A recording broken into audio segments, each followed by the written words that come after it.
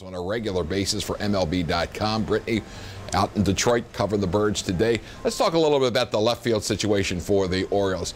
Can one player the rest of the way grab the position and be the regular left fielder before the season is over? Well, they really hope so, Tom. And honestly, manager Buck Showalter admitted this yesterday, which, as you know, he doesn't really come out and say things definitively, but he said, you know, we had hoped by now that we'd have somebody in left field every day, that somebody would have gone out and seized that job, and it's just not the case. And you talk about the roster crunch that this team has, a lot of the reason for that is they haven't settled on one guy in left field. While it does seem like Chris Davis seems to be the everyday guy in right field, they're too busy rotating guys in and out and left, hoping somebody can seize that opportunity. Now, there's a real chance that maybe that guy isn't up here right now. Maybe it's a guy outside the organization. Maybe it's a guy in AAA Norfolk. Dariel Alvarez has played exceptionally well lately. You look at what he's been able to do on base of 306, hitting right around 280, 290. So he's been able to offensively put it together after a slower start. Now, he could be a candidate to come up here to help this team if this continues. But again, that would cause them to miss somebody up here, to lose somebody. And that roster crunch that they've had all season, they've been very hesitant to want to part with any of those pieces. It's really been a last resort, and I do expect them to probably part with another piece to activate Kevin Gausman later this week. So unfortunately, I don't see Dariel Alvarez coming up anytime soon. I think it would take a lot of movement up here. Right now, they're going to let these guys continue to ride it out and hope that somebody gets hot. Britt, when you look at Jonathan Schoop right now, 5 home runs in 17 games played so far this season, 2 hits last night, a .291 batting average, and making his 3rd straight start. Has he fully recovered now completely from the knee injury earlier this year?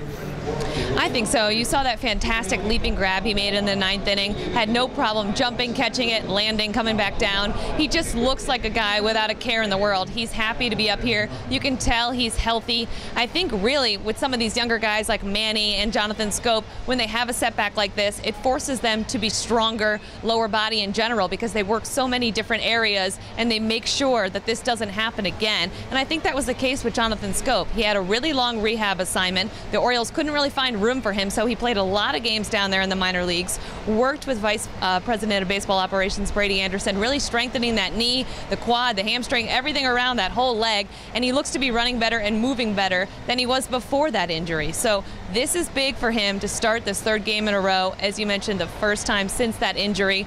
Manager Buck Showalter said there's no more restraints on him. The handcuffs are off. He's going to continue to play, be their everyday second baseman, and he's been such a force for them since coming back. He's been a real bright spot in this lineup as it goes through these ebbs and flows of the season, and I would expect Jonathan Schoop to have a really nice second half. Now, we all know what Chris Tillman did last night, but how about Zach Britton at the back end of the game? Another save. How about the consistency of Zach Britton this season? So boring, right? You know, it's kind of the job of the closer. You don't talk too much about them until they start blowing saves, but that was Zach Britton's 20th consecutive save, and he's just been completely lights out. Obviously, the All-Star break didn't affect him at all. Being part of the All-Star team didn't affect him at all. Actually, he almost came in for the 8th inning because he was so crisp, having that rest, but Chris Tillman pitched so well that Buck decided to wait until the 9th inning. But Zach Britton has been so dominant. We all know that sinker ball, he's a ground ball pitcher. He has allowed, Tom, just 9 fly balls on the season, which is absolutely staggering when you think about it. And we were kind of kidding around with Buck. We're like, why are you putting David Lowe in as a defensive replacement then? Because there's just no balls hitting the air. But you know, you want to be careful. You want to put in the strongest defense that you have. But Zach Britton, to me, has been really a huge part of this team, and I think people kind of forget about him and maybe forget what it's like to not have that 9th inning guy. But Zach Britton just changes the whole complexity of the game.